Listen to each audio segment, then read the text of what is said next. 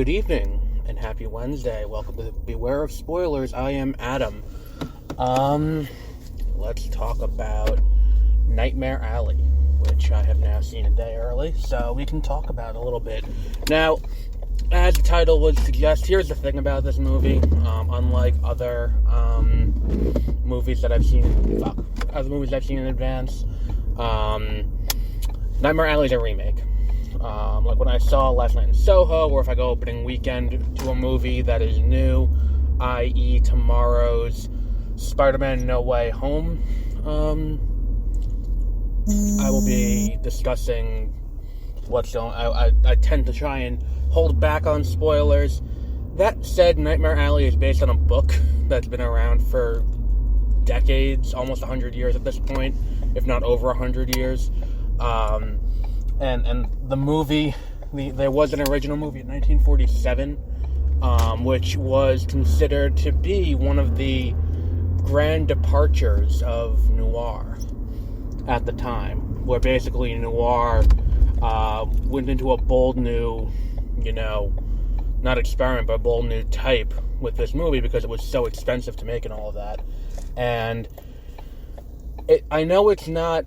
I mean, there was an intro from Guillermo del Toro, probably because it was a preview night screening. Like when I saw Last Night in Soho, there was an opening from Edgar Wright being like, "Hey, look, thank you for coming out to the theater to see this movie. I intended this movie to be seen on a big screen, and all that good stuff." It's basically like, thank you for coming out and doing it. And it's like, what was the other movie I saw that did that?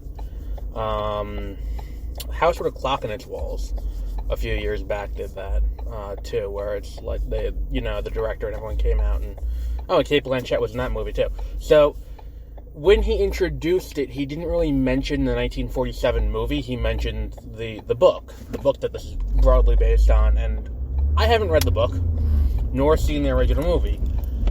This is all a very long-winded way of saying that all of that said, in the event that you get pissy about me spoiling the fucking movie, please don't.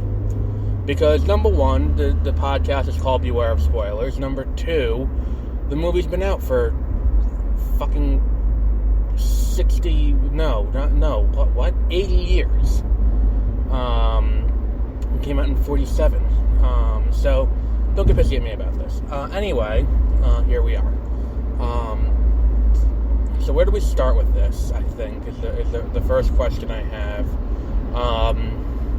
I think we're going to go number one. The movie's fantastic, by the way. I think I will be hard-pressed to have another movie unseat this from number one come the end of the year.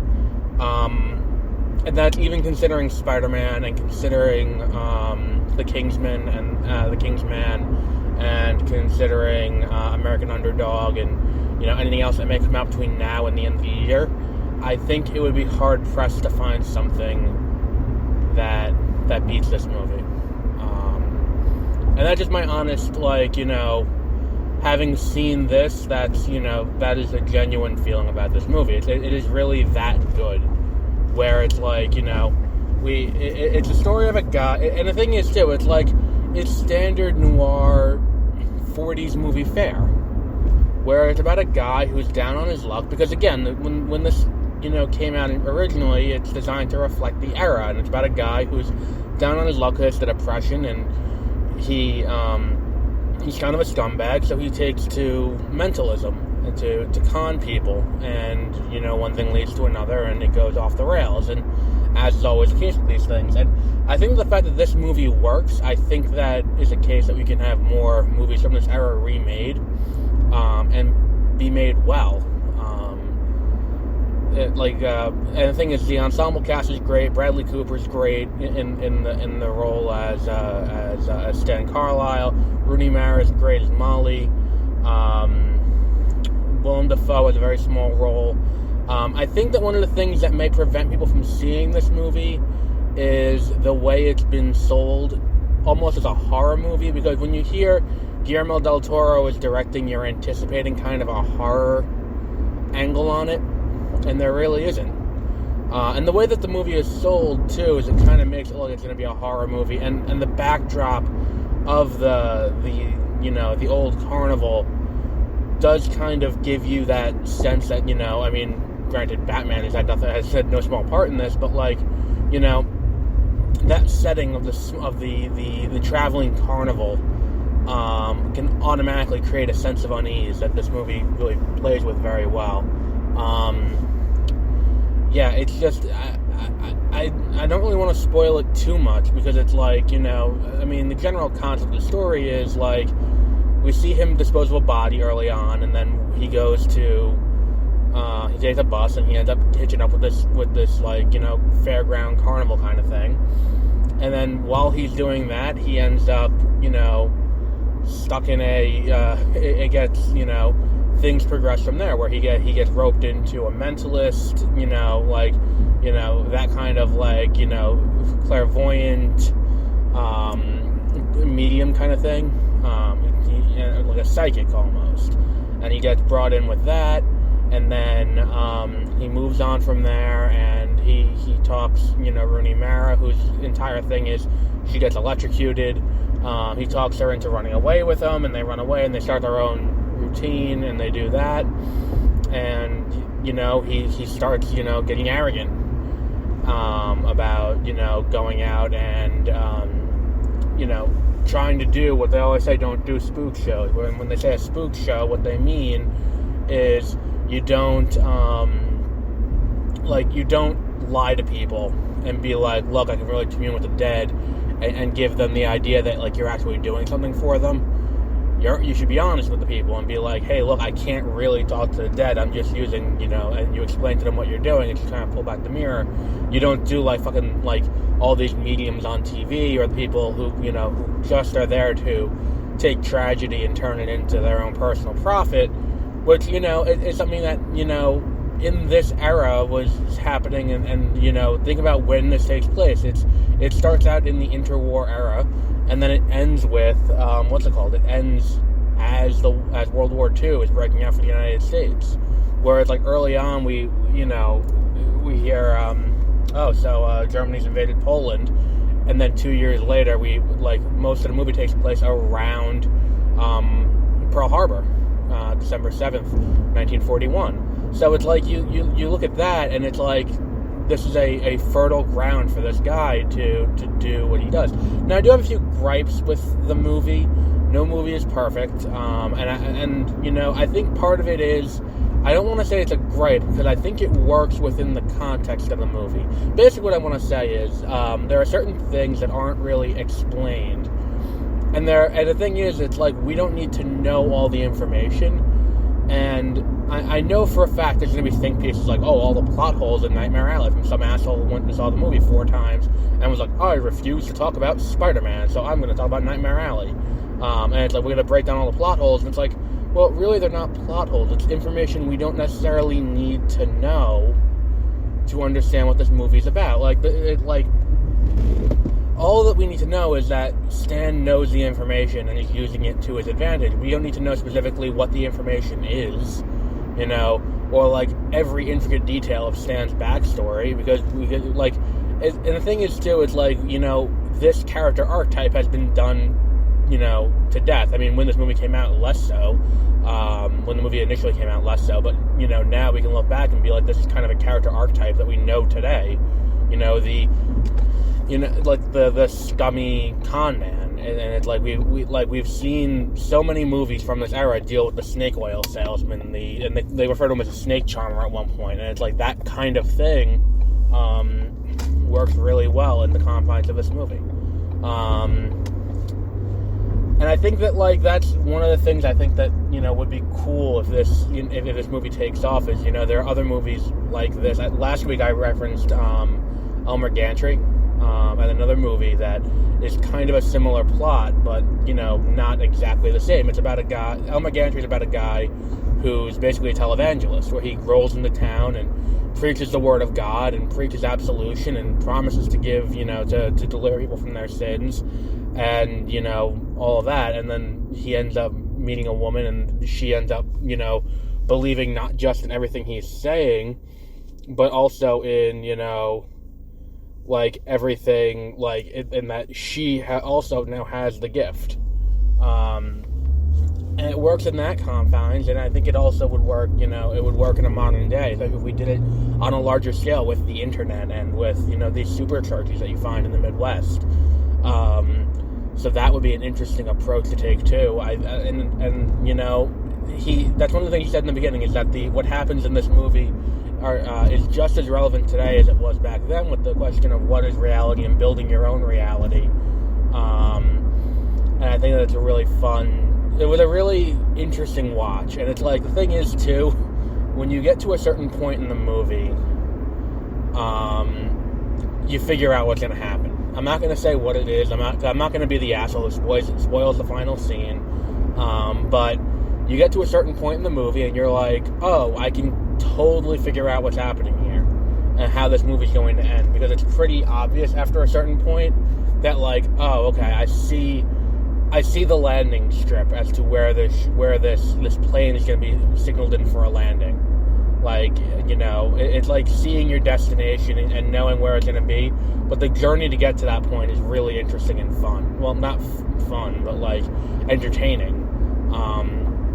To watch this man's descent into just madness and being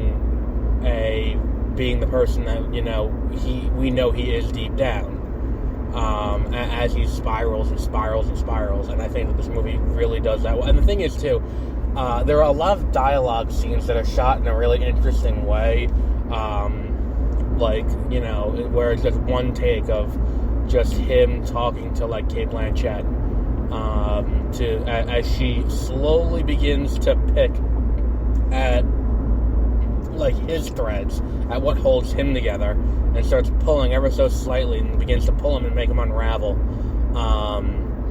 And when she starts picking him apart the way he picks other people apart, there's a satisfying feeling to that as it happens, where it's like, this guy is not the all-powerful, thing that he leads everyone to believe. He's just a man like everyone else. With him, we see him, over the course of the movie, grow in his own head into what he believes he is, as he continues to, outsmart and outwit everyone around him. And as he does that, he believes in his own hype, and he starts buying into it, and it really leads to his downfall in an interesting way. What else do I want to say with this? Go see this movie. I mean, look, this weekend I'm not going to sit here and pretend that people are going to go see this instead of Spider-Man, but I'm assuming this movie's going to have a little bit of staying power after its theatrical window, or its initial theatrical weekend, because I just don't think this movie's going to go away immediately. That said, if you have the opportunity, this is a movie that I would say is a must-see for anyone, not just you must see it in theaters. It's a must-see, period. So even if you don't go out and see it in a theater, then it's definitely something you should definitely see. And look, I mean, if you have, like, A-list or something and you need a second movie to see this weekend, it's definitely worth watching, especially when you have, like, definitely Spider-Man's going to be at least one of them for most people, I would say, because it's projected for, like, $200 million this weekend.